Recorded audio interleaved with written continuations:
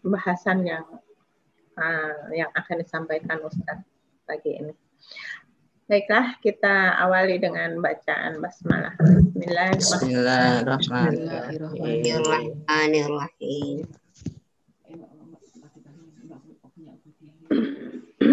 Assalamualaikum warahmatullahi wabarakatuh. Waalaikumsalam warahmatullahi wabarakatuh. Innal hamdalillah nahmaduhu wa nasta'inuhu wa nastaghfiruhu wa natubu ilaih. Wa na'udzu billahi min shururi anfusina wa sayyiati a'malina. Man yahdihillahu fa huwal muhtadi wa man yudlil fa ulaika humul khasirun. Asyhadu an la ilaha illallah wahdahu la syarika lah. Wa asyhadu anna Muhammadan 'abduhu wa rasuluhu la nabiyya ba'da. Allahumma shalli wa sallim ala nabiyyina Muhammadin wa ala alihi wa ashabihi wa azwajihi wa dhurriyyatihi. Wa tabi'ina wa tabi'it tabi'in makasih. Wa tabi'in bi ihsanin ila yaumiddin. Amma ba'd. Bapak Ibu yang dimuliakan Allah, kita di pagi hari ini akan diajak memahami karakter-karakter manusia yang dari dulu sampai sekarang tidak berbeda, manusianya saja yang berganti. Ya, keyakinan-keyakinan, ya, cara mereka berbicara luar biasa ya. Ya. Zaman sekarang, zaman di mana manusia ingin apa saja serba bebas. Tidak mau terikat.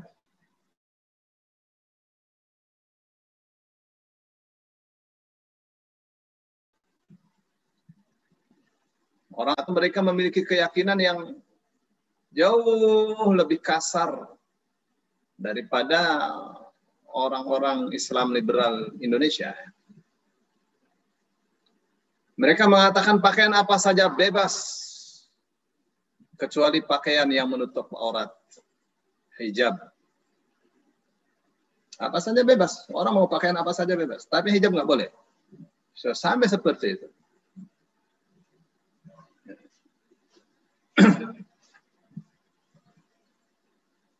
Semua agama diakui kecuali Islam. Sampai seperti itu ya. Jadi sangat aneh sekali. Jadi kalau di Indonesia ada Islam arogan, nah, itu keturunannya aja tuh. Ya. Baik, ini kita dihadapkan pada, sekarang kita di nomor 83 ya. Ini Masya Allah nih. Ya, Al-Quran ini mengajak kita untuk terbuka akal kita. Ya, memahami sejarah, memahami bagaimana manusia ini berbicara untuk membela keyakinannya yang salah. Qala al-musannif rahimahullah ta'ala, qala berfirman Allah ta'ala maha luhur, maha tinggi, maha mulia Allah. Fi surat Az-Zukhruf, dalam surah Az-Zukhruf. Zukhruf itu artinya perhiasan ya. A'udzu billahi minasyaitonir rajim. Bal qalu inna wajadna aba'ana ala ummatin wa inna bal qalu inna wajadna aba'ana ala ummatin wa inna ala atharihim muhtadun. Wa qala, dan ia berfirman fil ayatil lati taliha, di ayat yang berikutnya. Ayat 23. Tadi ayat 22 ya. Di surah yang sama. Wa kadzalika ma arsalna min qablika fi qaryatin min nadirin illa qala mutrafuha inna wajadna aba'ana ala ummah. قال مترفوها إنا وجدنا آباءنا على أمة وإنا على آثارهم مقتدون. Bahkan kalau mereka mengatakan, inna sesungguhnya kami wajadna, telah menjumpai aba'ana, nenek moyang kita, ala ummatin, dalam satu agama atau di atas satu agama. Ya, ummah di sini maksudnya adalah agama. Jadi agama, umat sih sebenarnya artinya satu kelompok ya. Tapi maksudnya adalah satu kelompok yang menganut agama. Ya, itu ala ummatin. Ya, ala ummatin di atas satu umat, di atas satu umat yang menganut satu agama. Jadi nenek moyang kita tuh punya agama. Wa inna ala atharihim muhtadun. Wa inna, dan sesungguhnya kami ala atharihim, di atas jejak-jejak mereka. Muhtadun orang-orang yang mendapatkan petunjuk.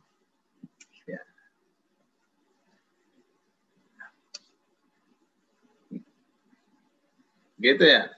Nah, itu berbeda ya dengan kata muqtadun di ayat berikutnya. Ya. Ini kalau ini kan muhtadun. Ya, ini muqtadun.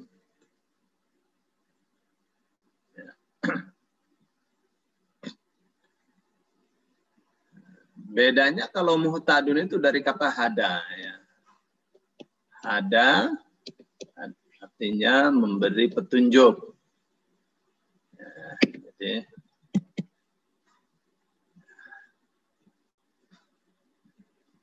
ini hada, ya. Memberi petunjuk. Nah, nanti ada ihtada. Ihtada yang dari situ kata muhtadun ya. Ada sisipan tak nih.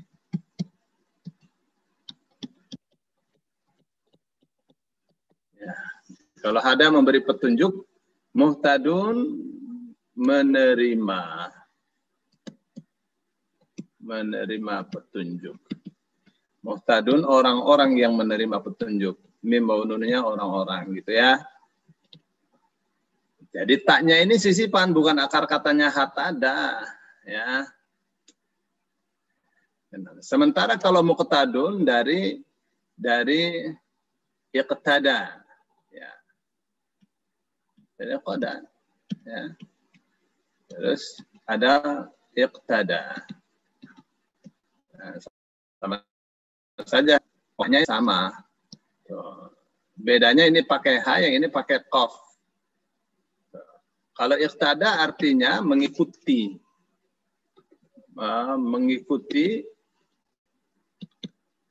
secara taat atau karena taat itu iqtada. Ya.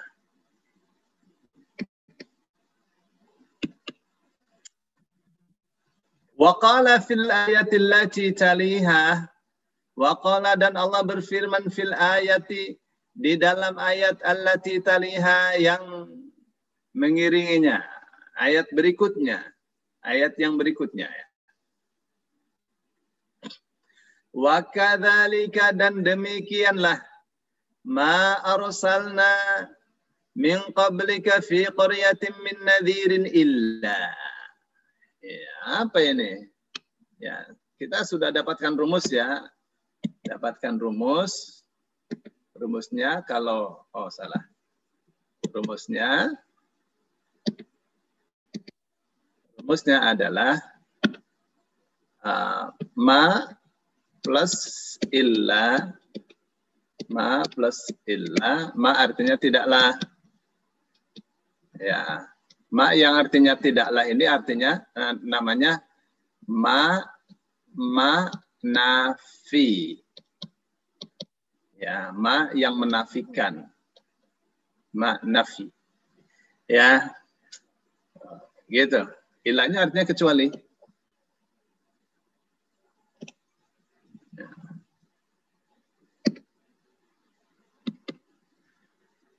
Wa kadzalika, dan demikianlah, ma arsalna, tidak kami utus, min qablika, sebelum engkau, fi qaryatin, di dalam satu daerah, satu desa, min nadhirin, seorang pemberi peringatan pun, illa qala, kecuali berkatalah mutrofuha, dari kata tarafa.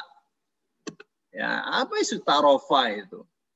Yang jelas mim dan wawu ini artinya orang-orang yang, ya.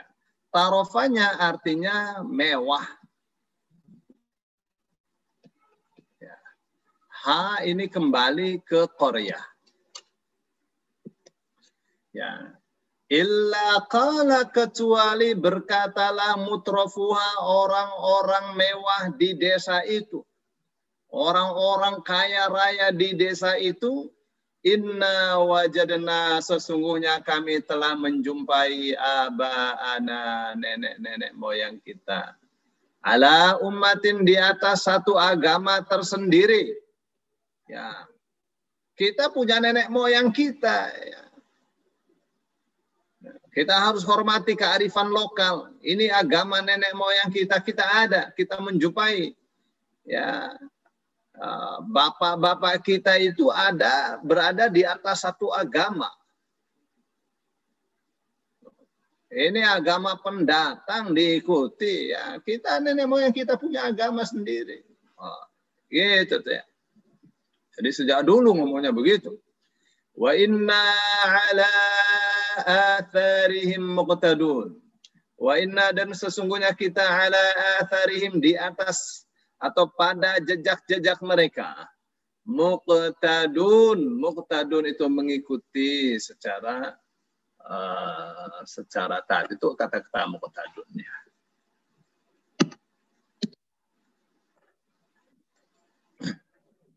Ya, mengikuti, jadi mengikuti, menganut. Ya.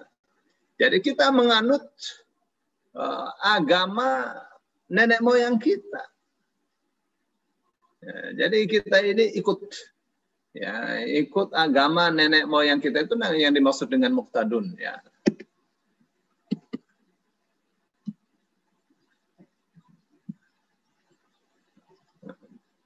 Sebenarnya sih kalau muqtadun itu artinya ikut secara taat.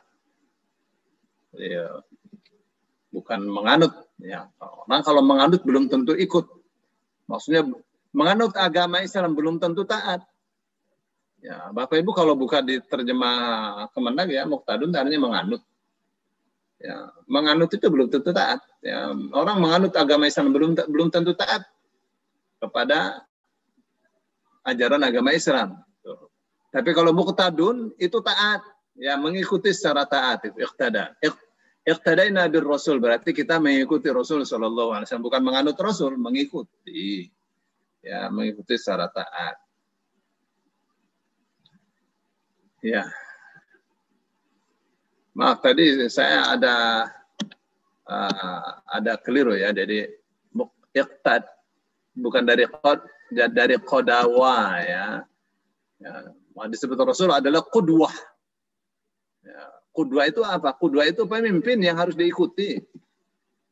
Ya. Jadi muqtadun itu artinya orang-orang yang mengikuti. Mengikuti apa nih? Mengikuti secara taat jejak-jejak mereka. Jejak-jejak mereka itu apa? Apa yang mereka yakini sebagai ala ummatin agama. Kenapa jejak-jejak mereka? Karena nggak ada kitabnya. Nggak ada kitabnya. Ya orang ngomong ya ini warisan Wali Songo, ajarannya seperti ini. Bukunya nggak ada. Ya, bukunya nggak ada. Ini kalau anak dilahirkan terus hari-harinya mesti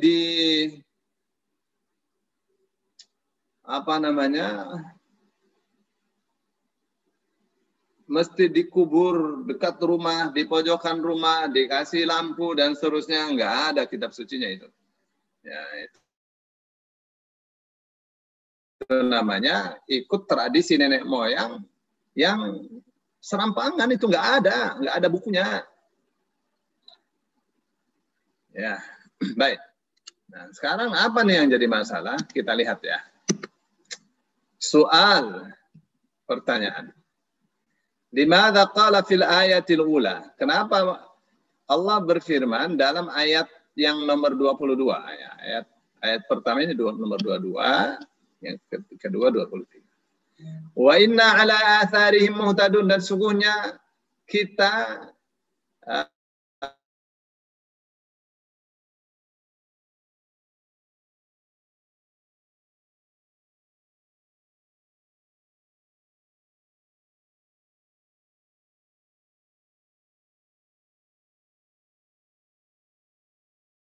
Gak ada suaranya. Pak Ustadz hilang. Mental kayaknya. Betul gitu.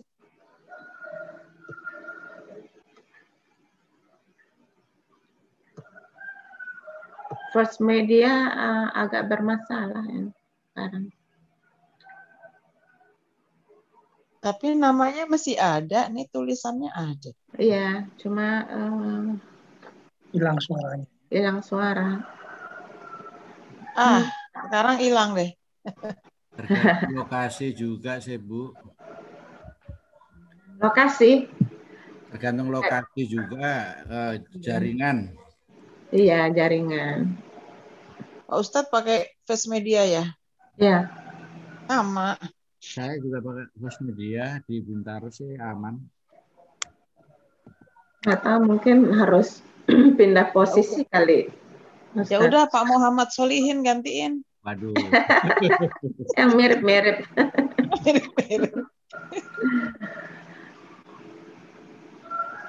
Ini ada video yang masih on, ini saya matikan ya. Pak Fahri, saya belum bisa matikan ini. Saya belum jadi co-host Pak Fahri. Ya, Bu. Maaf, terpental. Ada tuh Pak Solihin, ada. Iya. Ya, terpental. Aduh, gimana ya? Iya, itu. First Media. Apa namanya? First Media yang jagoan banget jadi kayak gini ya. Baik. Tapi teman-teman yang lain enggak kok, Ustadz tuh. Saya juga First Media, Pak Ustadz. Gitu ya. Lokasi. Karena di sini lokasi. Sekarang sih ada pengumuman ya, ada pengumuman ada 3 hari gitu terganggu, enggak 24 jam, terus besoknya masih ada lagi ya.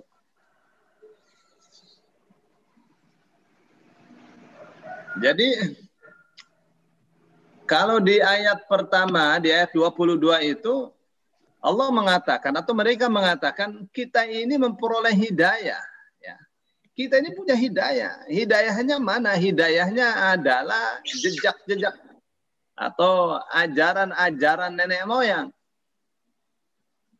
Jadi kalau bicara apa saja tentang yang gaib, kita ada hidayahnya. Ada petunjuknya.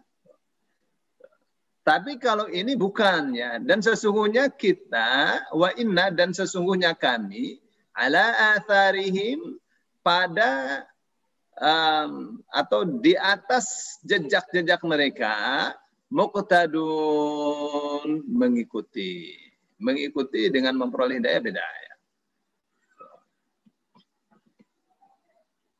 Orang mengikuti itu tidak perlu hidayah. Ya ikut saja, kayak orang taklid itu. Tidak perlu pengetahuan. Tuh. Tapi kalau muhtadun itu berarti mereka mengklaim dirinya memperoleh hidayah. Nah, jadi bicara apa saja ada petunjuknya.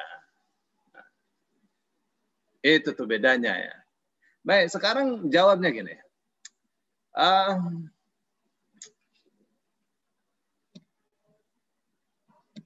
Profesor Dr. Fadil Saleh As-Samarra'i, beliau mengatakan, itu kalau ayat 22 itu berkenaan dengan orang-orang kafir Arab ya, yang hidup sezaman dengan Rasul Sallallahu Alaihi Wasallam. Ya, nah, sebelumnya sudah dituturkan perkara-perkara yang atau beberapa hal yang berhubungan dengan keyakinan mereka terhadap malaikat. Ya, dan ibadah-ibadah, penyembahan-penyembahan mereka, terus juga dengan argumen-argumen mereka tentang hal itu semua. Jadi di ayat ini ya, ketika mereka mengatakan muhtadun, mereka memperoleh hidayah, ya, itu alasan mereka untuk mengatakan bahwa akidah mereka, bahwa keyakinan mereka tentang malaikat-malaikat, tentang ibadah-ibadah mereka, ya itu ada dasarnya. Dan itu cara mereka berargumentasi. Ya, kita bukan sembarangan ya ngomong begini, ngomong begitu. Ada, kita ini peroleh hidayah, ada hidayah. Untuk apa? Untuk membangun keyakinan bahwa apabila pengikut Muhammad ada mereka mengklaim memperoleh hidayah dari wahyu, kita ada juga hidayah. Ya. Hidayahnya dari siapa? Dari ajaran-ajaran nenek moyang. Ya, di dalam alur ayat-ayat tersebut mereka berbicara tentang Allah Subhanahu wa Ta'ala. Lihat ya, kata-kata orang-orang musyrik Mekah saat itu. Mereka berkeyakinan bahwa Allah menjadikan sebagian makhluknya yang perempuan, ya sebagai menjadikan sebagian makhluknya sebagai anak-anak perempuannya. Siapa anak-anak Allah yang perempuan itu? Yaitu malaikat. Ya, ya tidak adil ya. Mereka kalau dikasih tahu anaknya perempuan, mereka malu, gitu, merasa hina. Tapi kok untuk Allah mereka katakan Allah menjadikan makhluknya berupa malaikat itu sebagai anak-anak perempuannya. Ya, sebenarnya secara tidak langsung ya itu menghina Allah. Dilihat dari sisi keyakinan mereka ya. Bukan saya sedang mengatakan bahwa punya anak perempuan itu hina. Ya. Dan ya. Lalu Allah berkata kepada mereka ya. Amittakhadha mimma yakhluqu banatin wa asfakum bil banin. Orang musyrik, apakah Allah menjadikan dari sebagian yang ia ciptakan itu, banatin, anak-anak perempuan untuk Allah. Apakah Allah menciptakan sebagian makhluknya itu sebagai anak-anak perempuannya? Apakah Allah menjadikan sebagian yang Allah ciptakan itu sebagai anak-anak perempuannya? Wa asfakum bil banin, ya, sedangkan Allah telah memilih kalian untuk memiliki anak-anak laki-laki. Ya, enak ya kalian ngomong kalau anak laki-laki itu mulia, punya anak laki-laki mulia. Tapi kenapa kalian mengatakan Allah itu menjadikan sebagian makhluknya anak-anak perempuan Allah? Wa qala dzakiran ma'taqadan fil malaika. Ya. Allah mengatakan dengan menuturkan tentang keyakinan mereka terhadap malaikat. وَجَعَلُوا الْمَلَائِكَةَ الَّذِينَ هُمْ عِبَادُ الرَّحْمَنِ إِنَاثًا أَشَهِدُوا خَلْقَهُمْ سَتُكْتَبُ شَهَادَتُهُمْ وَيُسْأَلُونَ. Waja'alu, dan mereka menjadikan al-malaikata, para malaikat, alladzina hum ibadur rahman, yang mereka adalah hamba-hamba Allah yang maha pengasih. Mereka menjadikan para malaikat itu inathan, sebagai anak-anak perempuan Allah. Mereka katakan malaikat-malaikat itu adalah anak-anak perempuan Allah. Ya. Padahal malaikat-malaikat itu adalah hamba-hamba Allah. Itu pernyataan siapa itu? Pernyataan orang-orang kafir Arab di zaman Rasul Shallallahu Alaihi Wasallam. Itu keyakinan mereka, ya, yang mereka katakan itu hidayah dari nenek moyang mereka yang tidak ada kitab sucinya itu.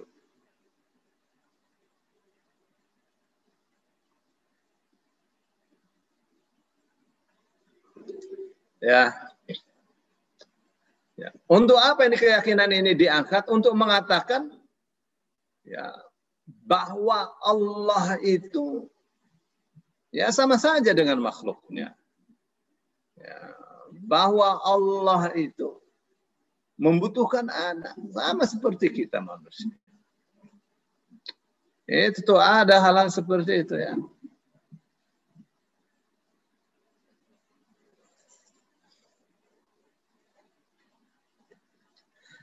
Asyahidu khalqahum, apakah mereka menyaksikan bagaimana malaikat itu diciptakan? Apakah mereka menyaksikan, melihat bagaimana keadaan para malaikat? Ya, satu tabu syahadatuhum, ya, akan ditulis kesaksian mereka. Wa yus'alun, dan mereka akan ditanya, ya, tentang kesaksian mereka itu. Ya. Jadi pernyataan itu harus diuji. Ya. Mereka mengatakan memperoleh hidayah dari jejak-jejak, dari ajaran-ajaran nenek moyang mereka. Yang antara lain hidayahnya adalah bahwa Allah itu punya anak. Anak dari makhluknya sendiri. Ya. Anak dari makhluk yang ia ciptakan sendiri. Ya. Kelaminnya perempuan. Siapa anak-anak perempuan Allah itu? Adalah para malaikat. Semua malaikat adalah anak perempuan Allah. Nah, pernyataan ini diuji. Bagaimana cara Al-Quran menguji? Asyahidu khalqahum, apakah mereka, ya, menyaksikan penciptaan para malaikat? Oke, itu kata khalqah. Ya. Ya, kalau khilqahum itu tubuh mereka. Ya. Khalqa, khilqa, beda. Nah, kalau mereka menyaksikan, nanti kesaksiannya akan ditulis. Ya. Dan akan ditanya.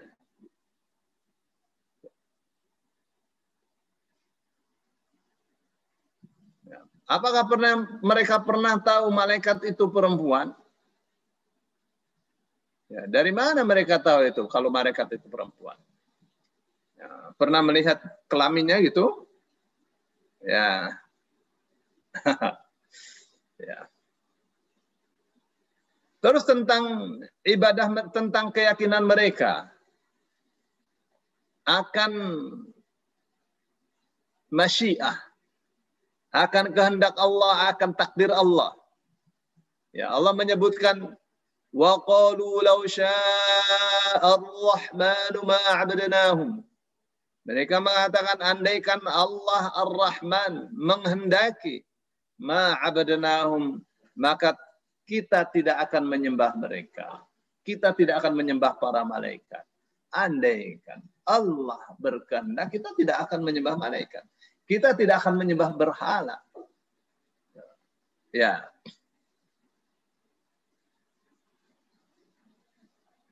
Nah, untuk apa yang mereka katakan ini, Allah menjawab ya, bahwa mereka itu ngomong ayam. Bahasa Indramayu itu ngomong ayam. Ya, nggak pakai ilmu. Ya. Ngomong nggak pakai ilmu. Apa kata Allah? Malahum bidzalika min ilmin. Ya, malahum tidak ada bagi mereka bidzalika untuk hal seperti itu min ilmin, satu pun pengetahuan, sedikit pun pengetahuan. Ya, mereka mengatakan itu ngomong apa saja tentang masalah yang gaib. Ngomong apa saja tentang masalah takdir. Itu tidak pakai ilmu, nggak pakai ilmu mereka. Inhum illa yakhrusun. Ya, tidak lain tidak bukan mereka itu kecuali yakhrusun. Ya, hanya menebak-nebak saja. Ya, bicara asal keluar ya dengan angan-angan kosong mereka, dengan tebak-tebak mereka tanpa ilmu. Nah, untuk berbicara tentang masalah yang gaib, itu sesuatu yang butuh hidayah. Ya, sesuatu yang dibutuhkan hidayah, bukan tebak-tebak. Ya, makanya Allah mengatakan bahwa mereka itu tidak memperoleh sebab-sebab hidayah dan ilmu. Apa kata Allah? Amma atainahum kitaban. Atau apakah kami telah memberikan kepada mereka sebuah kitab min qabli sebelumnya? Fahum bihi mustamsikun. Lalu mereka dengan kitab itu, lalu mereka pegang teguh kitab itu mereka ngomong tentang malaikat. Berbicara tentang takdir. Mereka punya kitabkah?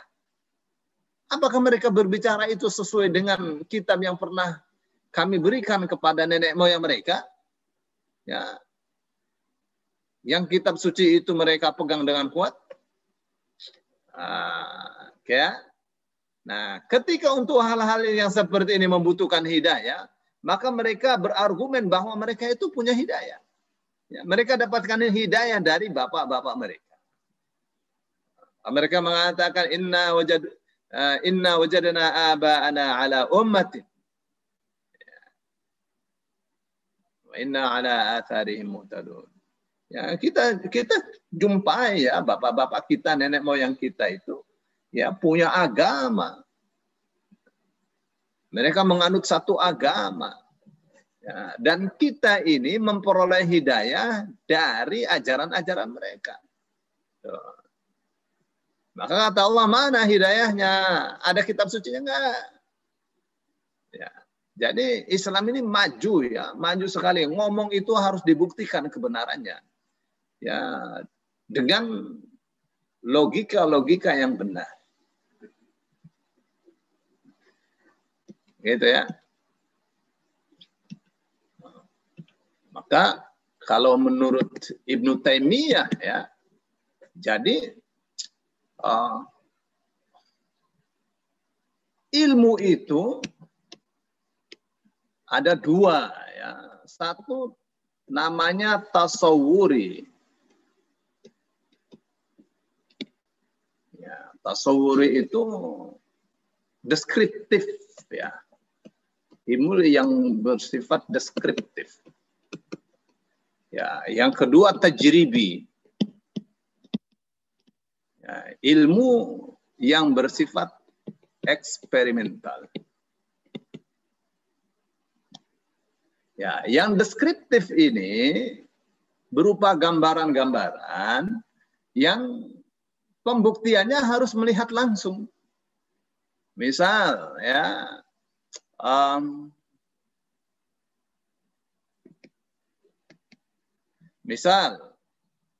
gajah itu belalainya panjang. Itu baru gambaran saja itu. Baru deskripsi saja itu. Nah, untuk membuktikan kebenarannya harus melihat langsung. Gitu ya. Surga itu indah, neraka itu kejam. Ya, untuk membuktikan kebenarannya harus melihat langsung. Oh, tapi ini kan masalah yang gaib. Ya, masalah yang gaib nggak bisa dilihat di alam kita sekarang. Jadi untuk membuktikan kebenarannya, bagaimana? Harus ada sandaran. Ya, masalah yang gaib itu diperkenalkan melalui wahyu. Tuh, maka sandarannya cuma satu, yaitu wahyu. Nggak bisa yang lain. Nah, wahyu itulah yang dijadikan sebagai rujukan atau yang disebut sebagai hidayah. Gitu ya. Tapi kalau asal bicara tentang yang gaib seperti orang-orang kafir itu ya nggak benar. Ya, nggak benar sama sekali.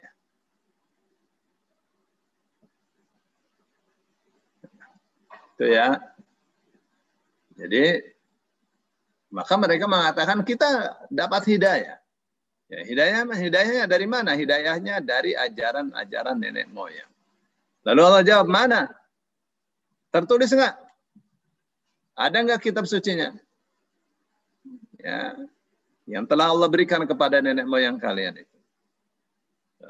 Oke, kalau tidak ada kitab sucinya, kamu ngomong malaikat itu perempuan. Pernah lihat ya malaikat itu perempuan atau laki-laki? Ya. Atau saat malaikat diciptakan pernah tahu nggak? Bagaimana malaikat diciptakan? Ya, nggak boleh asal bicara ya. Pernyataan itu harus diuji kebenarannya. Itu tentang ayat 22 ya. Adapun di ayat 23, ini Allah berbicara tentang bangsa-bangsa terdahulu.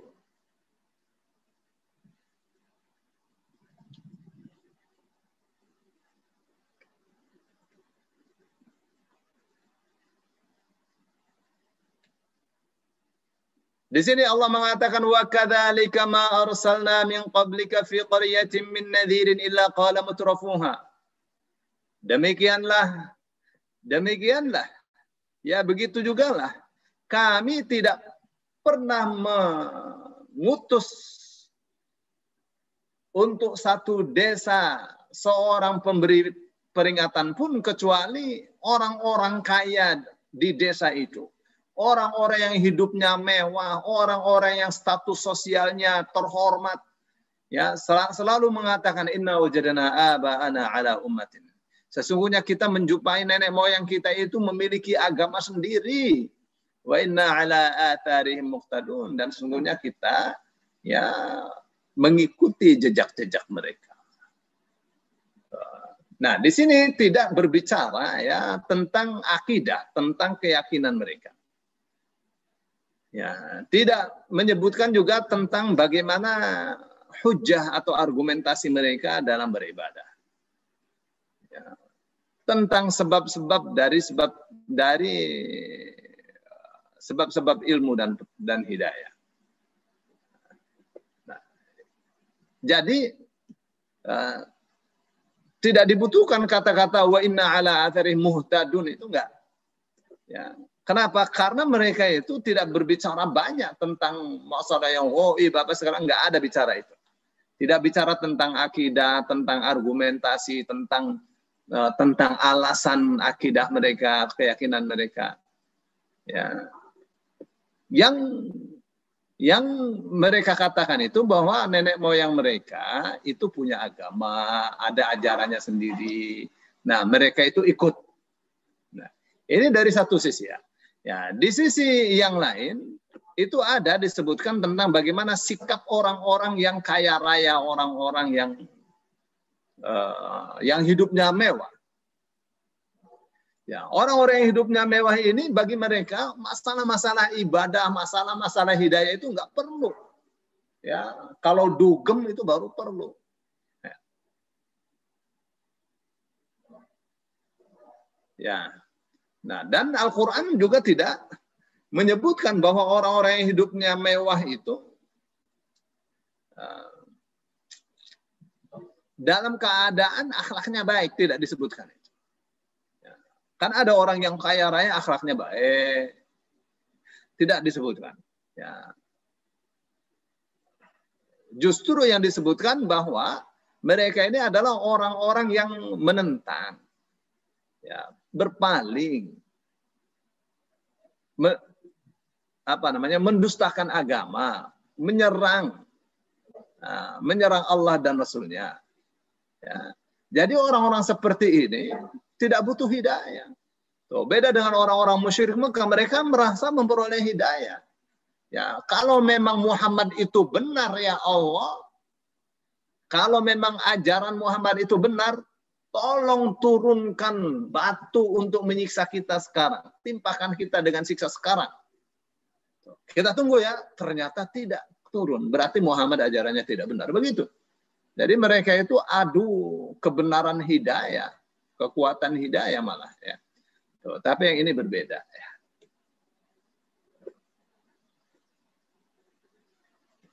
Nah, jadi orang-orang yang memerangi para rasul dari umat-umat terdahulu itu ya tidak perlu bagi mereka sedikit pun hidayah. Nah, oleh karenanya mereka tidak sebutkan hidayah. Ya. Yang perlu bagi mereka itu bagaimana ajaran nenek moyang diikuti. Ya. Tanpa adanya petunjuk. Tanpa adanya hidayah, tanpa adanya kitab. Ya. Gitu ya. Nah, ini Fadil Samara ini dia cocok dengan pendapat saya. Dia katakan al-iqtida wal ittiba' ala ayyati hal. Nah, benar. Ini qudwahnya nih. Ya kan? Jadi iqtida itu adalah mengikuti secara membabi buta. Ya. Dalam keadaan apapun, ya. Baik yang diikuti itu tersesat maupun tidak tersesat. Ya.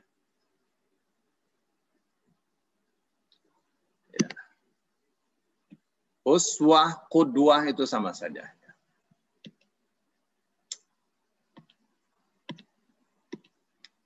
Waduh, masih panjang nih. Bentar ya, pengen kencing saya.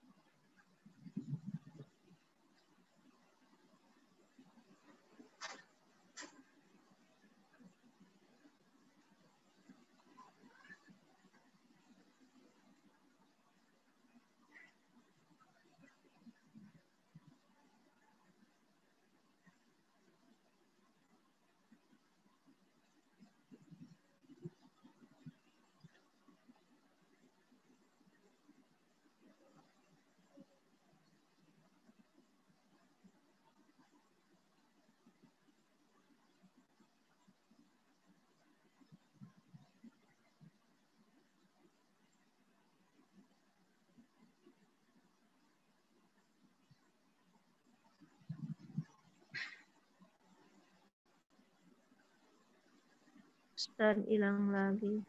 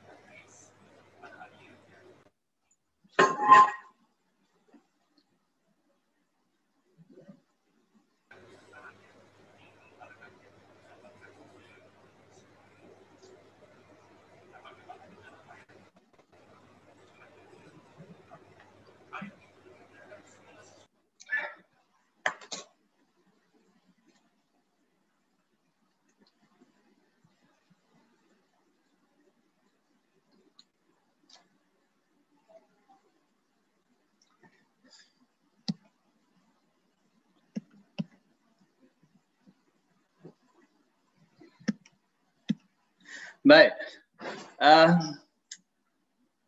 Di mana tadi ya?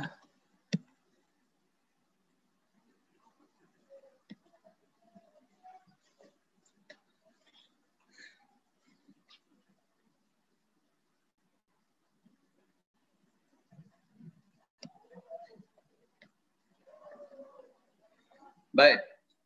Fadil Samarra'i hendak mengatakan begini. Qudwah yang memiliki akar kata yang sama dengan kata muqtadun, qudwah itu adalah pemimpin ya. Jadi muqtadun itu artinya orang-orang yang mengikuti pemimpin. Ya. Baik pemimpin itu baik maupun tidak baik. Ya, jadi qudwah itu seorang mengikuti yang lainnya.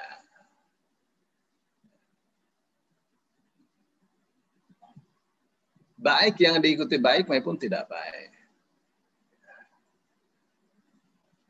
Seperti misalnya, laqad kana lakum fi Rasulillahi uswatun hasanah. Sungguh benar-benar bagi kalian dalam Rasulullah SAW itu ada uswah, ada suri toladan hasanah yang baik. Nah, gitu ya. Jadi tergantung yang diikuti baik atau tidak baik. Nah, dia katakan ada dalam kitab Durratut Tanzil ya, sebab perbedaan antara dua ayat ini ya, ayat 22 sama 23 di dalam surah Az-Zukhruf. Dia mengatakan bahwa jawabnya adalah bahwa ayat yang pertama atau ayat 22 itu berbicara tentang pendapat orang-orang kafir yang mendebat Rasul Shallallahu Alaihi Wasallam. Maka Allah memberitakan tentang mereka. Am atainahum kitaban min qablihi fa hum bihi mustamsikun. Apakah kami telah memberikan kitab sebelum Al-Qur'an? Ya. Yang dengannya mereka berpegang teguh. Ya.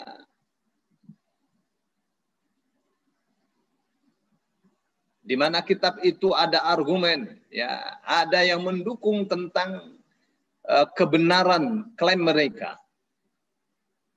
ya, bahwa malaikat itu anak-anak perempuan Allah dan seterusnya. Ada nggak kitabnya? Ya, Allah katakan tidak ada, ya, tidak ada dalil yang mendukung pendapat mereka, dalil yang mendukung keyakinan mereka. Gak punya, mereka tidak punya kitab. Ya. Mereka hanya mengatakan bahwa bapak mereka itu punya agama, ya, punya agama, punya cara tersendiri dalam beribadah, ya, ya. Maka kita ini mengikuti jejak-jejak mereka, mengikuti cara-cara mereka beribadah, ya. Mereka punya hidayah, maka kita mengikuti orang yang punya hidayah. Nah, jadi mereka mengatakan bahwa mereka itu memperoleh hidayah dari apa? Dari cara ibadah bapak-bapak mereka. Ya. Baik, di ayat yang kedua ini beda. Ya. Ini berbicara tentang umat-umat terdahulu yang mengingkari para nabi mereka. Maka Allah mengatakan, wa ma arsalna min qablika fi qaryatin min nadhir illa qala mutrafuha, dan seterusnya. Allah katakan, tidaklah kami utus sebelummu, wahai Muhammad, untuk satu desa, ya, seorang pemberi peringatan pun. Tidaklah kami utus sebelummu seorang pemberi peringatan pun untuk satu desa. Kecuali orang-orang yang kaya raya hidupnya.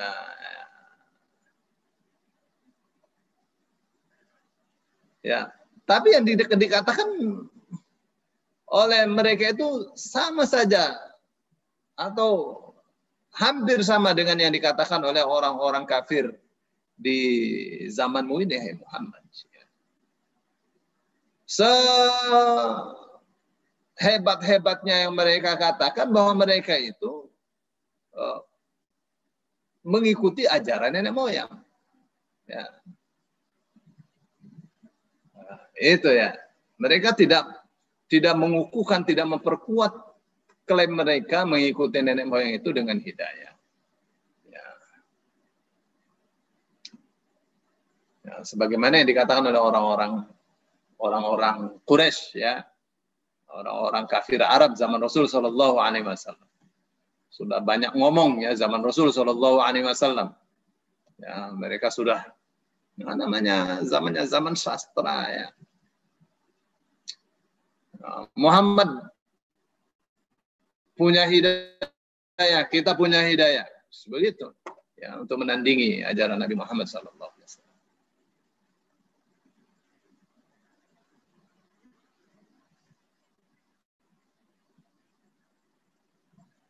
Ya, jadi dalam kitab Mulak Ta'wil ya tentang dua ayat ini ya, ada disebutkan. Ya, ini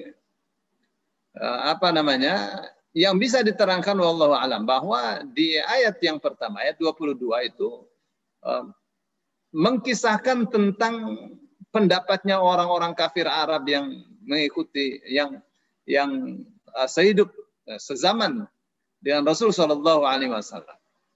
Ya. Dan orang-orang yang mendengarkan.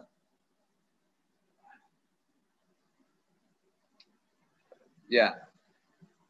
Jadi berbicara tentang orang-orang kafir Arab, ya, zaman Rasul Shallallahu Alaihi Wasallam yang mendengarkan Al-Quran dari Rasul Shallallahu Alaihi Wasallam yang disebut sebagai hidayah.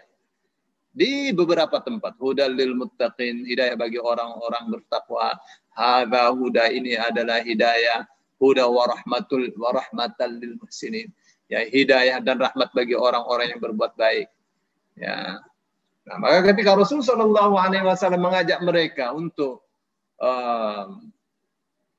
menerima hidayah ya, yang ditawarkan oleh Rasul Shallallahu Alaihi Wasallam, ya mereka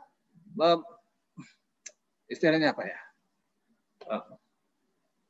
Mereka menghadapi ajakan Rasul Shallallahu Alaihi Wasallam ini dengan kata-kata mereka, kita juga dapat hidayah. Kamu mengajak kita untuk ikut hidayah kamu, kita dapat hidayah. Ya. Dari mana hidayahnya? Dari nenek moyang mereka.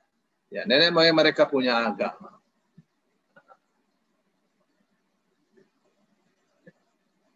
Itu ya, di dalam surah Az-Zukhruf. Inna wajadana aba'ana ala ummatin wa inna ala atharihim muqtadun. Ya.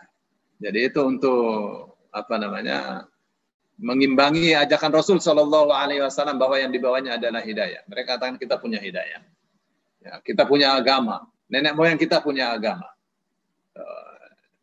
Itu yang dikatakan oleh Abu Talib ya.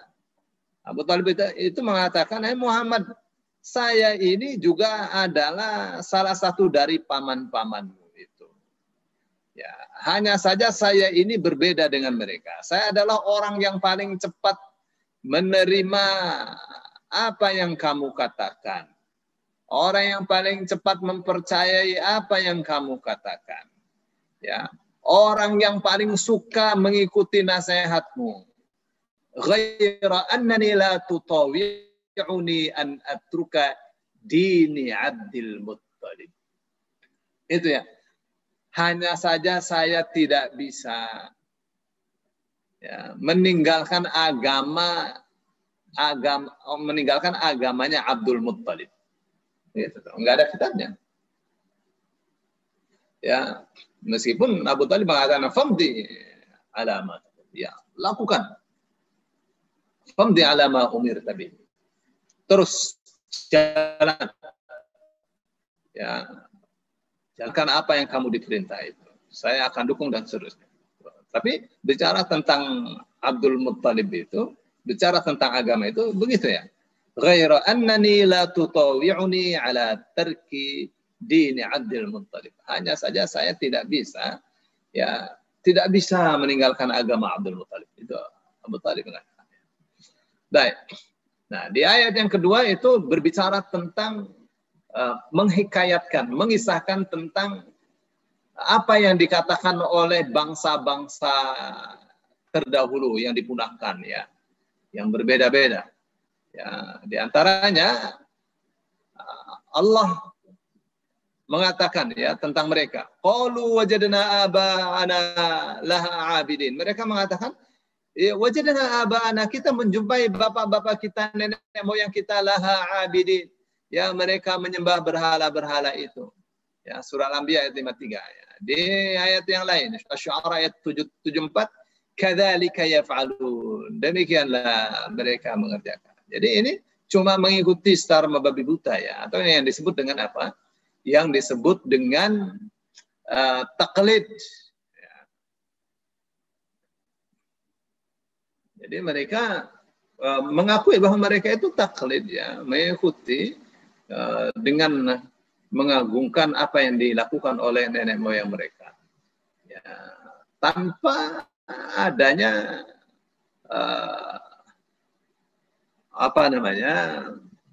tanpa adanya keraguan sedikit pun. Maka mereka mengatakan ya kita ikut. Wa inna ala athari muqtadun. Itu dalam surah Az-Zukhruf. Jadi masing-masing muqtadun dan muhtadun itu sudah sesuai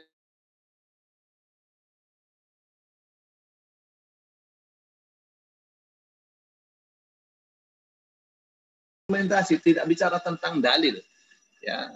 Yang ayat 23 itu berbicara tentang bagaimana mereka mengikuti nenek moyang mereka ya dengan penuh keyakinan bahwa apa yang dilakukan oleh nenek moyang mereka baik ya, dan mereka tidak membutuhkan hidayah ya untuk hal itu. Justru mereka memerangi para nabi. Ya, satu hal yang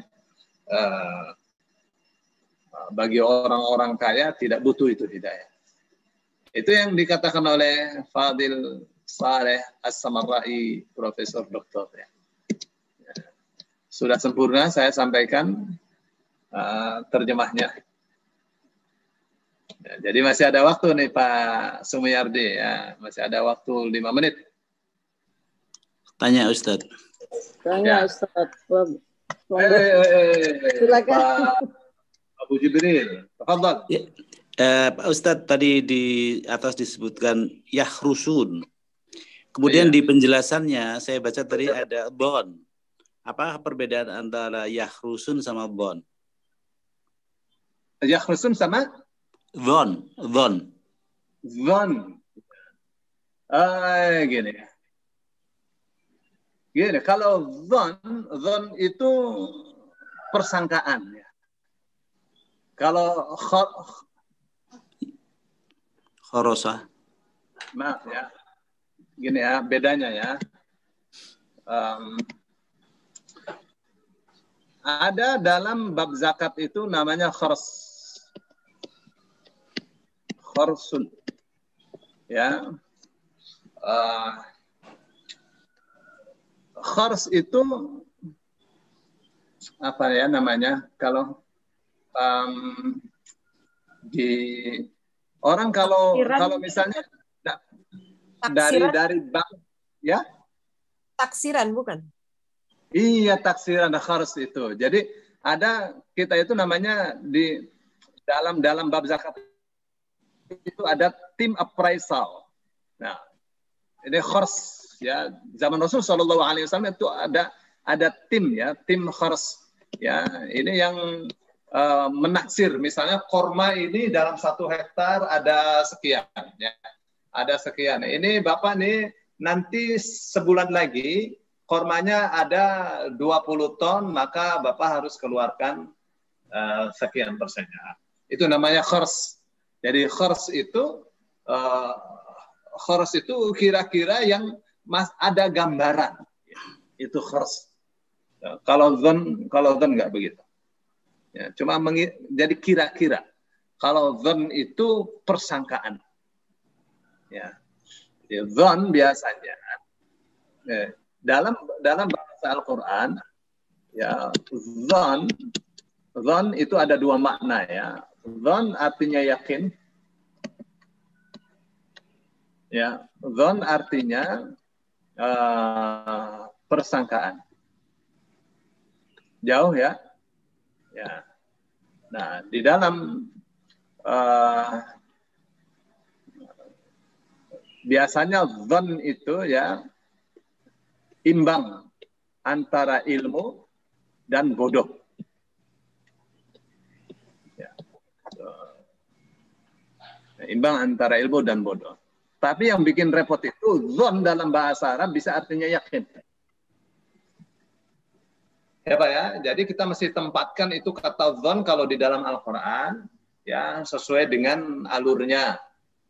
Ya, misalnya ayat dalam surah Al-Baqarah itu ya.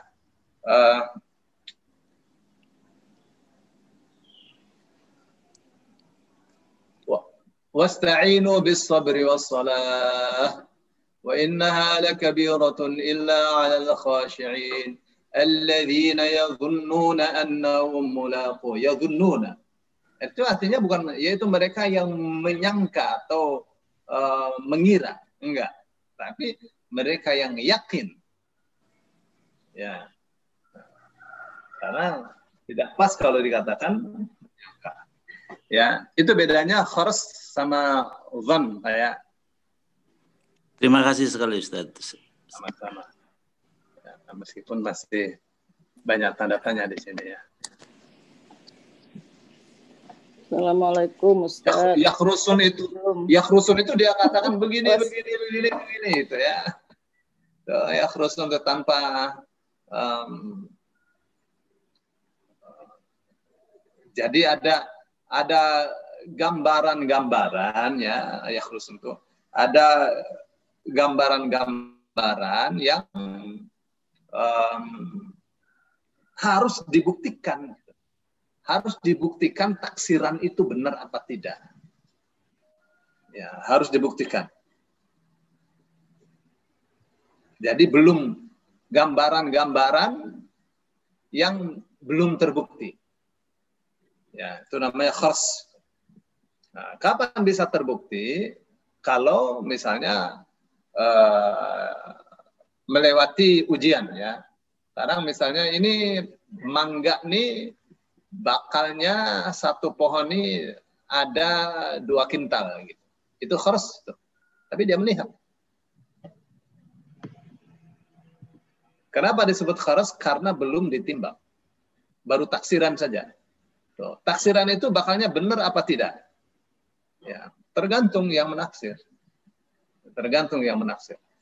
Ya, kalau tim appraisal itu misalnya mau menaksir harganya sebuah hak cipta. Ya. Ya, dulu saya mau bikin PT-PT-an ya, nggak punya dana saya. Terus itunya ya notarisnya bilang Bapak bisa imbreng. Gitu. Imbreng itu kalau Bapak punya hak cipta bisa dihargakan. Jadi saya datang ke tim appraisal. 2 bulan itu dicek ya. Nah, salah satu saya punya 14 hak cipta ya. Salah satunya metode Granada itu. Waktu VCD-nya cuma 3. Itu dihargai 13 miliar hak cipta itu. Tetap saja nggak bisa bikin perusahaan kan, karena nanti akan diminta pajak. Ya, tapi lama dia. dia itu untuk mengeluarkan hasil taksirannya itu. Karena dia harus survei pasar. Gitu ya. Saya kira itu ya, itu namanya khars ya, bukan dhon. Kalau dhon itu seimbangnya antara ilmu dan bodoh. Ya. Itu dhon ya. Ada namanya syak. Syak itu ragu. Ragu itu ya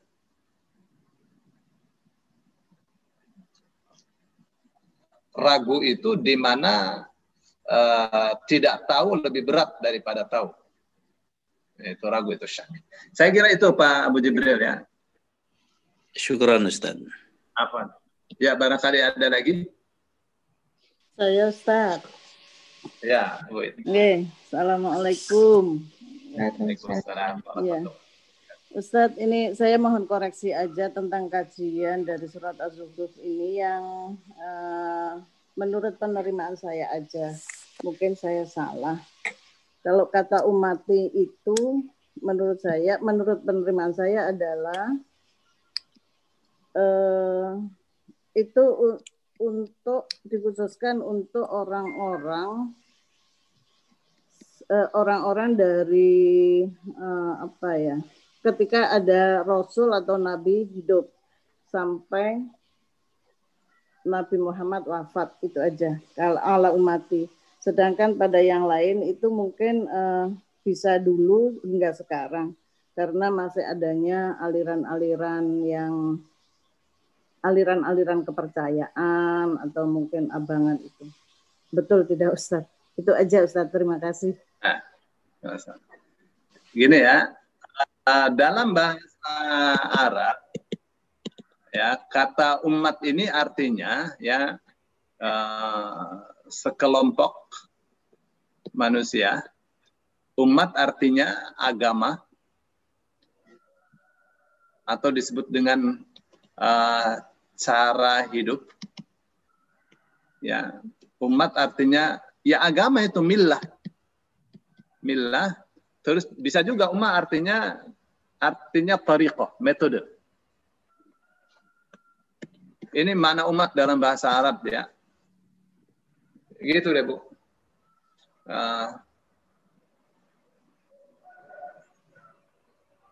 Jadi tapi yang di sana ya, inna wajadna aba'ana ala ummatin. Itu artinya berada dalam millah atau agama ya, atau apa tadi nih, metode, atau di sekelompok orang yang mengikuti keyakinan tertentu. Itu kata ummah itu ya, kata ummah yang dikendaki di ayat di surah Az-Zukhruf ayat 22 dan 23 tadi ya. Jadi tidak ada kaitannya dengan kalau ummah itu zaman Rasul, kalau tidak di luar itu tidak pakai kata ummah. Enggak, ummah ini satu kata yang memiliki banyak makna ya. Satu kata memiliki banyak makna. Arab ini Masya Allah kaya akan lafaz, akan bahasa ya. Ibu lihat misalnya untuk korma itu ada 28 kata ya. Ada balah, ada tamar, ada rutob, ada macam-macam. Untuk satu barang ya. Kalau masih kecil namanya apa, sudah mulai seperti itu. Ya. Terkadang ada satu benda ya namanya banyak. Terkadang ada satu lafaz artinya yang banyak. Gitu deh, Bu. Baik. Nah, aliran kepercayaan masuk di mana nih, Ustaz?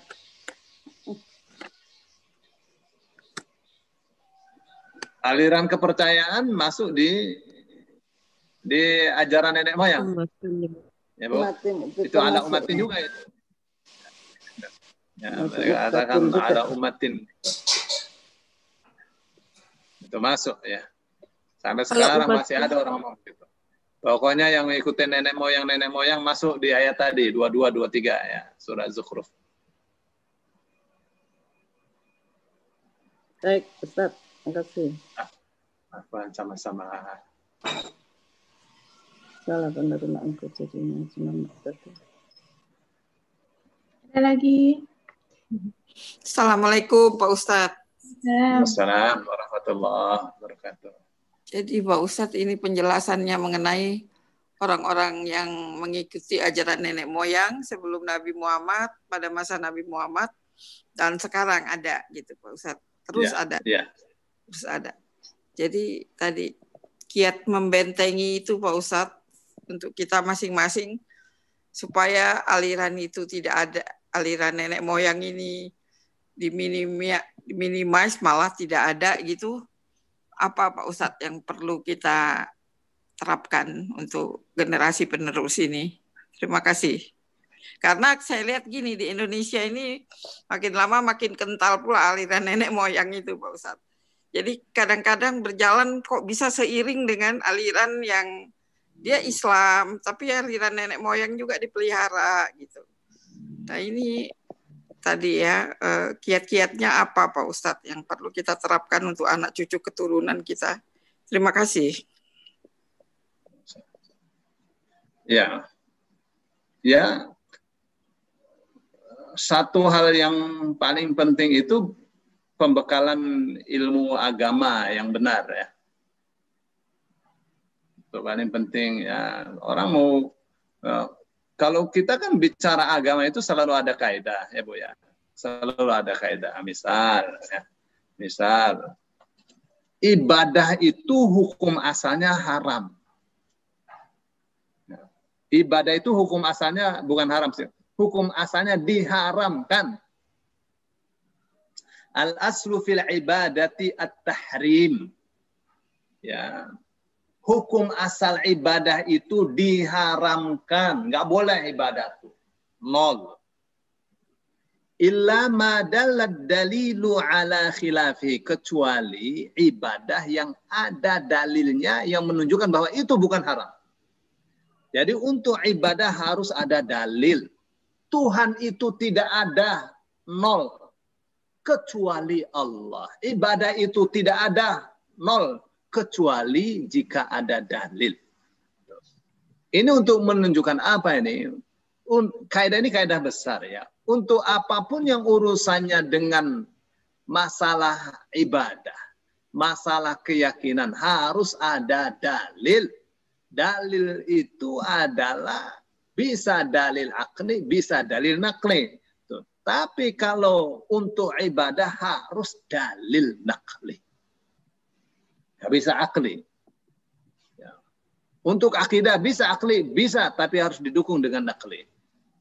Akli itu akal, rasio. Ya. Tapi harus ada teks. Islam ini modern ya. Orang mau bicara apa? Mau bicara masalah gaib, sandarannya harus wahyu. Ada enggak di Qur'annya? Ada enggak di hadisnya? Ada kitabnya. Harus ada kitabnya. Ya, model Abu Janda mengatakan yang arogan itu Islam. Yang saya maksud adalah Salafi Wahabi gitu. Mereka mengharamkan sedekah laut. Loh, ente mengatakan sedekah laut ya. Sedekah laut itu apa sih? Ini tradisi nenek moyang. Mana buktinya itu tradisi nenek moyang? Ada kitabnya enggak? Kenapa itu dilakukan sebagai keyakinan yang harus dilakukan setiap tahun? Sedekah bumi dan seterusnya. Ada nggak kitabnya? Jadi kalau tahu dasarnya, itu pasti akan selalu menuntut dalil. Dia nggak tahu kalau itu fatwa NU ya. NU itu berfatwa ya sedekah bumi, sedekah laut itu haram itu. Nggak sembarangan fatwa NU itu. Ini Qur'annya, ini hadisnya ya. Gitu ya, kalau di muktamar, Masya Allah NU itu. Saya kira itu ya. Nah, jadi kenapa orang-orang sekarang banyak tidak mengerti? Karena tidak belajar. Ya, dulu zaman Pak Harto ya, aliran kepercayaan ya di apa namanya? di awal-awal ya, karena beliau orang Jawa.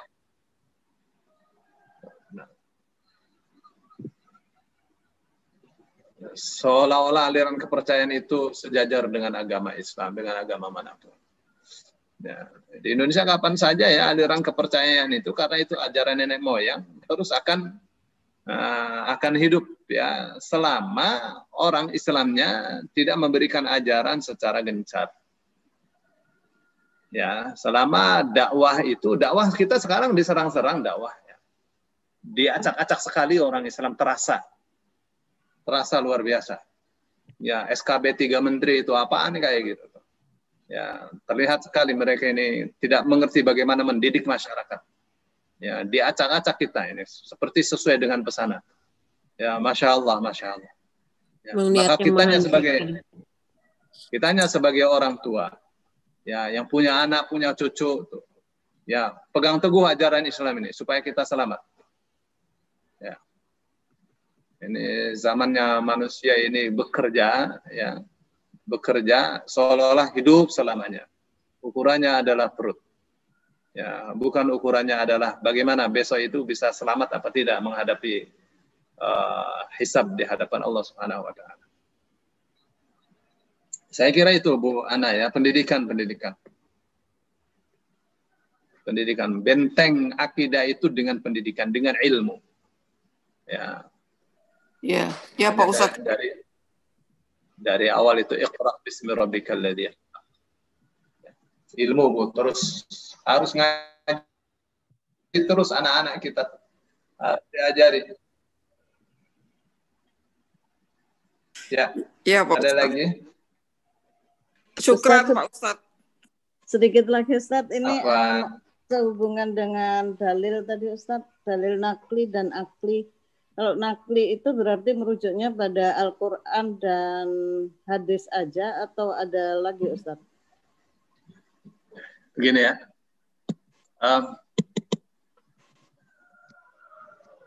Jadi tentang dalil ya. Dalil itu ada akli, ada nakli. Ya.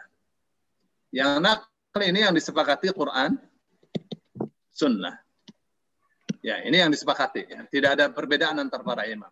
Terus setelah itu ada namanya ijma'. Ada qiyas. Ya. Nah, itu ya. Ada qiyas. Dalil-dalil ya. Bisa dijadikan sebagai sandaran. Tuh, ada namanya masuk. Sebenarnya kalau ini ya qiyas. Qiyas ini bisa masuk ke akli ya. Masuk ke akli, ini qiyas. Qiyas ini akan sandarannya ke sini juga, Bu. Qiyas ini sandarannya ke Al-Quran dan Sunnah juga ya. Terus ada namanya masalihul mursalah. Masalih al-mursalah. Masalih mursalah ini kemaslahatan umum, kemaslahatan mutlak. Masalahatan umum. Ya, terus ada namanya istihsan. Istihsan. Oh, ini baik, ini buruk, itu istihsan. Terus kalau misalnya ini ya, mana seperti masalihul mursalah? Masalihul mursalah itu misalnya Ka'bah ininya talang airnya dari emas. Ini masuk masalihul mursalah. Ya. Kenapa? Karena mestinya nggak usah pakai emas gitu. Tapi kalau ini jangan emas gitu, ribut tuh kerajaan Saudi. Ya, terus Ka'bah itu asalnya bangunannya seperti ini ya. Ya, jadi bukan begini. Itu kan dipotong ya dengan Hijr Ismail. Tuh, asalnya Hijr Ismail dengan Ka'bah itu satu aja, sama aja gitu. Tapi kalau misalnya, kita harus kembalikan seperti bangunan Nabi Ibrahim, marah kerajaan Saudi, masuk ke masalihul mursalah. Ya, ada istihsan. Ini semua nih kita baru tahu ini aja kan? Ijma' misalnya, tahu nggak kitab ijma'? Ada bukunya, ada kitabnya, ijma, ya sudah diterjemah. Nah, yang qiyas itu masuk di akli. Ya, misalnya tentang biasanya masuk di fikih fikih adaptasi atau adaptasi fikih. Ya, tentang cloning dan seterusnya, ya. Cloning ini masuknya di qiyas. Qiyas itu analogi, ya, analogi hukum. Ya, nah analogi ini tetap sumbernya pada Quran dan Sunnah. Gitu, Bu, ya. Saya kira itu. Ya. Ya, yang disepakati dari dalil nakli itu ya Quran dan Sunnah. Ya. Baik, Ustaz. Terima kasih, Ustaz. Sama-sama.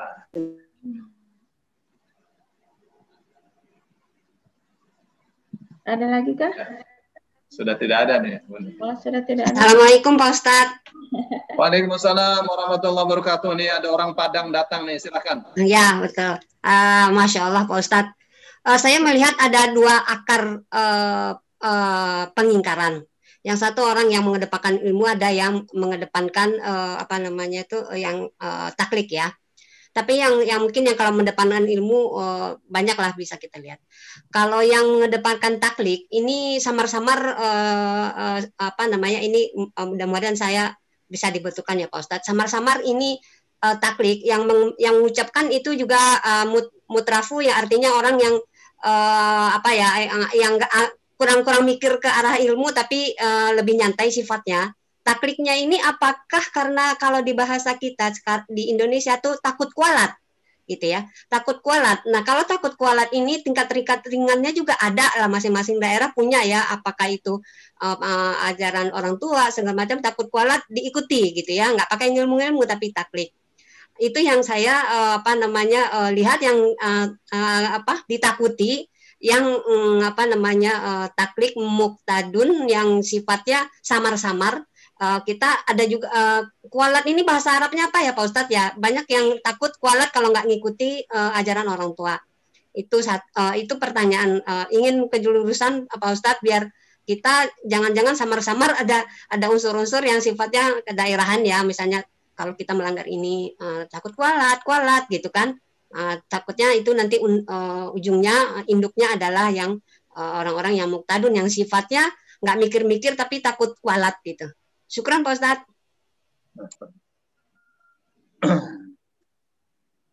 Gini ya, tentang kalau tadi kan muqtadun ya, jadi ada kata-kata muqtadun, satunya muqtadun.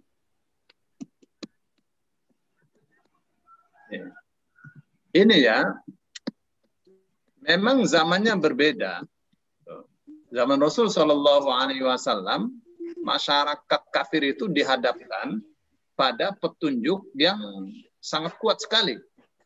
Nah, supaya mereka tidak terbawa oleh hidayah yang dibawa oleh Rasul Shallallahu Alaihi Wasallam, mereka katakan mereka juga dapat hidayah. Ya, mereka juga dapat hidayah. Ya, hidayah itu hidayah dari mulut ke mulut. Ini yang tidak diterima oleh Allah ya. Hidayah itu tidak dari mulut ke mulut. Hidayah itu harus ada kitabnya. Jadi hidayah itu harus ada kitabnya. Jadi tanpa orang-orang yang hidup zaman Rasul itu lebih cerdas daripada umat-umat terdahulu. Umat-umat terdahulu itu ya tidak penting itu hidayah. Yang penting ajaran nenek moyang ini harus lestari. Itu ya. Sementara di sini yang penting ajaran nenek moyang harus lestari dan harus diperkuat dengan hidayah. Mereka bikin ajaran-ajaran ya. Bikin ajaran-ajaran banyak ya, kalau di dalam Al-Qur'an itu disebutkan ya. Tentang mereka bikin hukum-hukum sendiri. Gitu ya. Nah, ya. Tampak ya antara muhtadun sama muqtadun. Ini orang-orang yang menentang Rasul Shallallahu Alaihi Wasallam adalah orang-orang yang beragama. Ya. Ya, orang-orang yang terlihatnya saleh, yang menentang Rasul Shallallahu Alaihi Wasallam. beragama, kesalahan itu membutuhkan hidayah. Maka mereka katakan kami ini dapat hidayah. Gitu ya. Jadi untuk mengimbangi hidayah yang dibawa oleh Rasul sallallahu alaihi wasallam. Ya, kemudian Allah tantang mana kitab sucinya. Ya. Nah, sementara muqtadun ini bukan taklid ya, tapi taklid. Taklid dari qallada. Ya. Qallada yuqallidu taqlidan. Ya, mengikuti tanpa dalil. Nah, kalau ini ya cuma khurs saja ya, mengira-ngira saja ini dalilnya, tidak ada dalil yang sebenarnya juga. Ya. Tapi mereka bikin semacam aturan-aturan ya. Orang musyrik Mekah nih bikin aturan. Ya, kalau anak unta terlahir 10 laki-laki terus ya, maka ibunya ini telinganya ditepas gitu. Kalau seorang manusia ya lahir anaknya 10 laki-laki terus, yang ke-10 mesti dibunuh, mesti disembelih. Itu mereka bikin aturan. Nah, aturan-aturan yang mereka bikin sendiri itu yang mereka katakan hidayah. Nah, yang kemudian Allah katakan mana kitabnya? Ya, kamu aturan begitu tuh ada kitabnya apa tidak? Kitab dari Allah.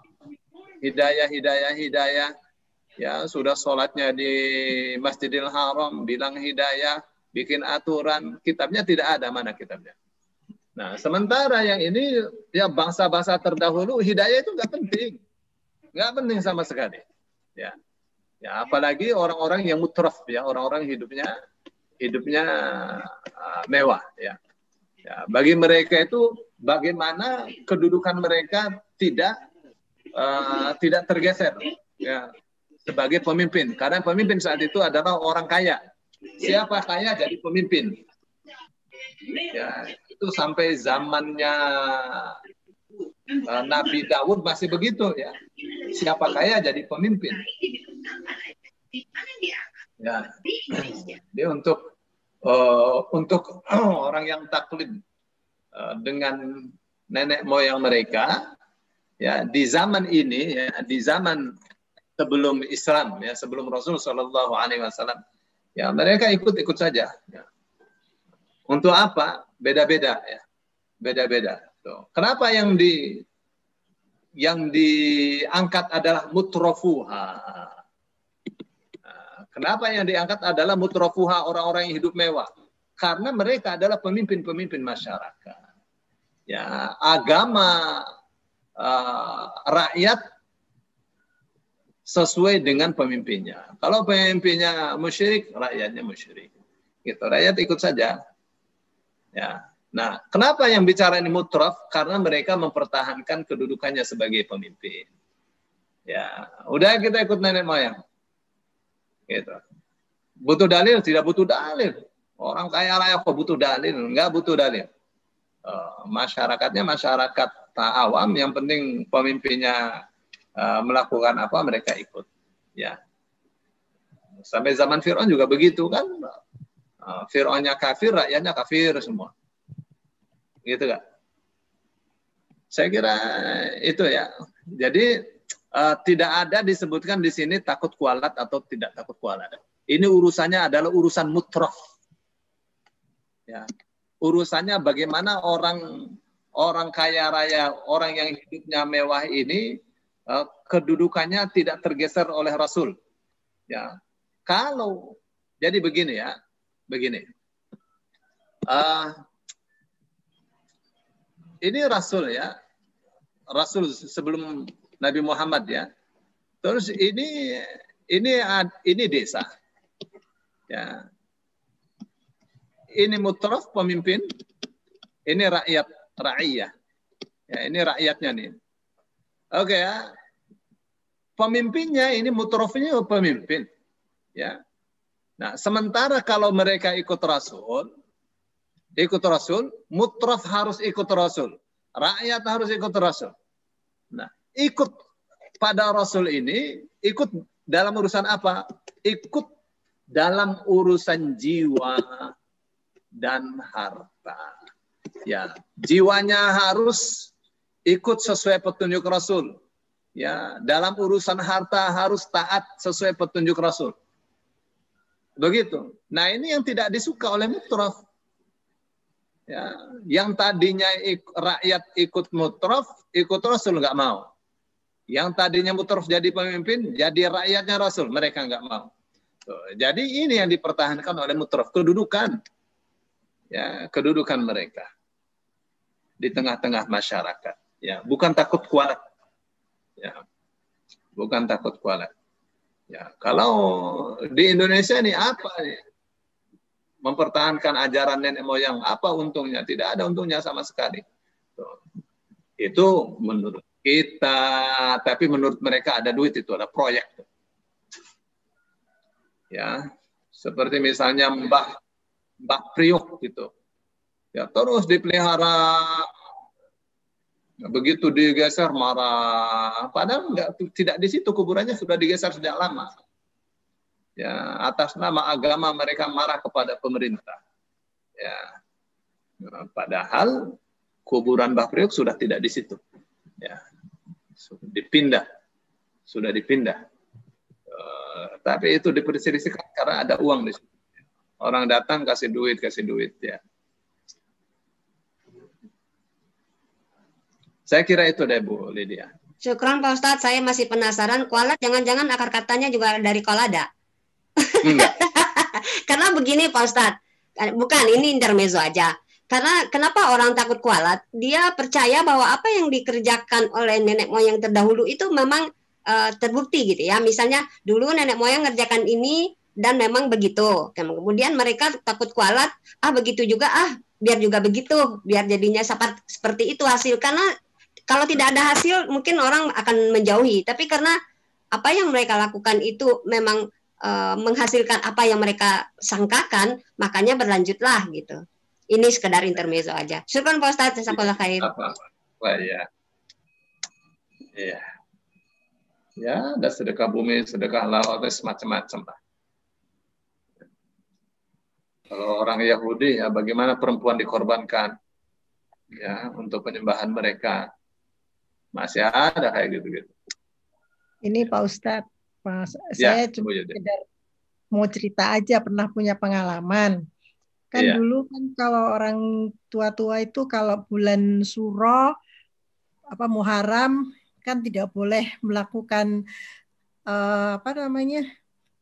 kegiatan gitu ya, pindah-pindah rumah gitu. Nah kebetulan suami saya kan waktu itu kerja di BUMN, terus harus mutasi. Pas mutasi itu pas bulan Muharram gitu kan. Aduh nih gimana gitu. Tapi karena saya percaya dan suami saya percaya, itu kan nggak ada ya nggak bener lah itu gitu. Ya. Lah tapi kok ya mungkin kebetulan ya Pak Ustadz terjadi musibah gitu. Anak saya itu ya minum racun apa gimana pokoknya gitu. Jadi saya tuh terus pernah juga ya mau astagfirullah juga sih, terus kepikiran apa ini karena bulan Suro ya gitu. jadi kepikiran gitu. Aduh gimana ya gini. Ya untungnya suami saya lebih imannya lebih ini, jadi enggak ada guna, enggak ada gini gitu. Jadi ini tadi saya cuma sekedar cerita aja dari Bu Lydia tadi kan takut kualat. Terima kasih Pak Ustadz, terima kasih. Assalamualaikum. Ya kalau di Jawa kan jangan memulai usaha hari Sabtu, jangan bepergian untuk cari usaha di hari Sabtu. Itu cuma nggak ada dasarnya ya. Cuma kira-kira saja Sabtu ojo metu-metu gitu, jangan keluar. Ya kan? Itu yang harus dikikis ya, harus diberangus ya ajaran yang tidak pakai dalil. Ya, ajaran nenek moyang yang nggak benar ya. Mesti diberangus. Sudah pindah ke ajaran Islam. Ya, makanya Allah perintahkan udkhulu fisilmi kafah. Masuklah kalian dalam agama Islam secara keseluruhan. Ya, tanggalkan semua selain Islam. Ya, ajaran-ajaran yang hubungannya dengan keyakinan. Ya, Bu? Saya kira cukup ya. Saya kira Assalamualaikum. cukup. Sedikit saja. Ya, boleh, banyak juga boleh lah, Bu. Sedikit saja Pak Ustadz.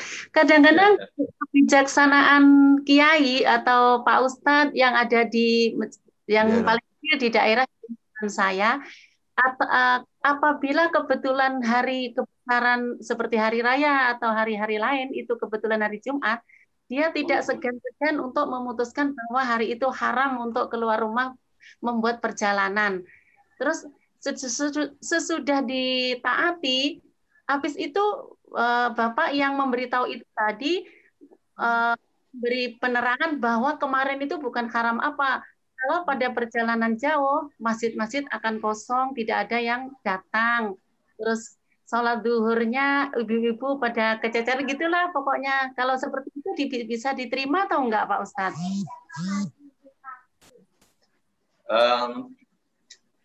Begini ya, misalnya hari rayanya hari Jumat, gitu nggak? Hari rayanya hari Jumat, ya orang melakukan perjalanan ya. Hari raya atau tidak hari raya itu tidak ada diharamkan. Ya boleh. Jadi mengharamkan apa yang Allah halalkan itu bikin hukum sendiri, itu tidak boleh. Apapun alasannya. Oh ya Allah, seperti itu. Ya, mengharamkan apa yang Allah halalkan itu tidak boleh. Ya. Halal orang. Dan sekarang ya orang di saat Lebaran bepergian jauh.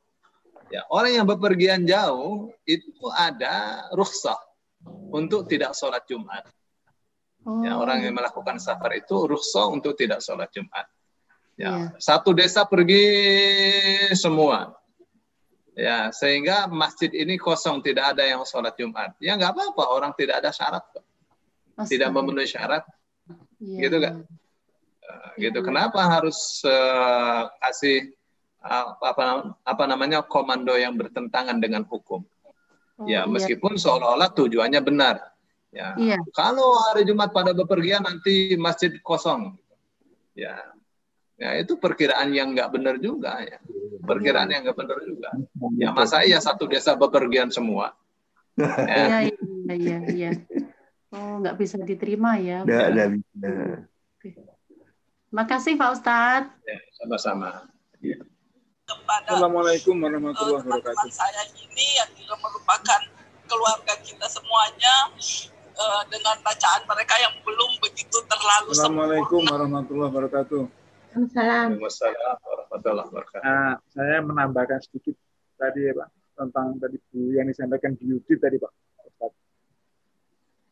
Jadi begini, kalau di daerah Madiun dan sekitarnya itu pantangan untuk menikahkan atau mengadakan pernikahan pada bulan Muharram. Nah, sehingga itu pada bulan itu tuh jarang sekali orang menikahkan putra putrinya gitu Pak Ustaz. Tapi ternyata itu pernah dijelaskan oleh seorang kiai NU di Magetan itu bahwa semua putranya itu dinikahkan pada bulan Muharram dan tidak ada masalah begitu. Nah, itu Ustaz. Mungkin keyakinan seperti itu perlu kita hilangkan ya karena itu tidak berdasar. Terima kasih. Iya. Sama-sama. Kan ada ya di hadis tentang 70.000 orang masuk surga tanpa hisab, tanpa adab. Kan Pak? Siapa itu mereka? Humul ladzina la yatatayyarun wa la yaktawun wa la yarqun wa ala rabbihim yatawakkalun. Ya, mereka itu adalah orang-orang yang tidak tatayyur. Tatayyur itu apa? Tatayyur itu asalnya dari burung ya. Ya, macam astrologi itu tatayyur itu ya. Oh, ini kamu ini bintangnya Sagittarius. Ya, jangan bepergian hari Kamis misalnya. Nah, itu tatayur tuh, nggak boleh itu. Berarti itu haram hukumnya. Ya, oh ini bulan Muharram ya, tidak boleh punya acara besar, tidak boleh bikin acara besar, menikahkan, pindah rumah, ya dan seterusnya. Ya, yang seperti itu masuk tatayur ya. Ya, jadi aturan-aturan yang dibikin-bikin, yang bikin pesimis itu namanya tatayur. Ya, tatayur itu menyebabkan orang tidak bisa masuk surga tanpa hisab, tanpa adab. Ya, Bu, diingat tuh. Tatayur ya. Terus minta dikai. Tatayur, minta dikai, minta diruqyah. Ya. Itu beberapa yang bikin orang tidak bisa masuk surga tanpa hisab, tanpa adab. Ya, jangan pernah tatayur. Ya, karena itu akan menyebabkan tawakal kita kepada Allah itu tidak utuh. Orang yang kalau tawakalnya kepada Allah itu utuh, naik pesawat ya tenang aja. Ya. Kalau ini hari Selasa naik pesawat gimana nih? Ya, kata ajaran nenek moyang, kata menurut bapak-bapak kita, kalau hari Selasa itu pasti nggak berkah deh. Pasti ada masalah. Begitu terjadi goncangan di atas, langsung percaya. Nah, akidah kita saat itu terdedel. Apa itu terdedel? Hancur akidah kita. Tidak lagi tawakal kepada Allah. Tidak lagi percaya kepada Allah. Percayanya kepada siapa? Percayanya kepada ajaran nenek moyang yang tidak ada kitab sucinya. Ya. Saya kira itu ya. Kan pada pengen masuk surga tanpa hisab, tanpa adab kan? Ya, jangan lagi tatayur. Ya, jangan ikuti ajaran nenek moyang. Sedang nenek moyang kita belum tentu merupakan orang yang pintar ya. Orang yang memperoleh hidayah. Wa idza qila lahum ittabi'u ma anzalallahu, apabila dikatakan kepada mereka ikutilah apa yang Allah turunkan, qalu bal nattabi'u ma alfaina 'alaihi aba'ana. Mereka mengatakan, enggak kita ikut ajaran nenek moyang kita saja. Awalau kana abahum la yaqiluna syai'an wa la yahtadun. Masih mau diikuti juga nenek moyang padahal mereka tidak mengerti, mereka tidak dapat hidayah. Al-Qur'an ini ngajak kita maju ya. Apa saja harus sesuai dengan kaidah. Ya, untuk urusan yang gaib sandarannya harus wahyu. Ya, ini bahaya, sandarannya harus wahyu, harus wahyu. Saya kira itu dulu. Bu Nini udah jam 8 nih. Baik, Masya Allah, terima kasih banyak Ustaz sudah memaparkan bahasan dari kitab Asilah Bayannya, Masya Allah. Luar biasa ya teman-teman ya, Bapak Ibu ya, bahasannya. Baik, terima kasih juga kepada teman-teman Bapak Ibu semua yang sudah hadir, menyempatkan waktunya di subuh ini hingga sekarang. Semoga waktu yang sudah diluangkan menjadi keberkahan untuk kita semua ya. Insya Allah apa yang Ustadz sampaikan bisa menjadi amalan untuk kita kepada sesama Muslim di luar sana. Baiklah, kelasnya kita tutup dengan ucapan hamdalah dan doa kafaratul majelis. Alhamdulillahirabbil alamin. Subhanakallahumma bihamdika la ilaha illa anta astaghfiruka wa atubu ilaik. Pak Ustaz, Bu Nini, Pak Fahri, Pak Ustaz. Pak Fahri, assalamualaikum. Ustaz, ilmunya. Apa khair Pak Ustaz? Alhamdulillah. Pak Fahri, assalamualaikum. Ya,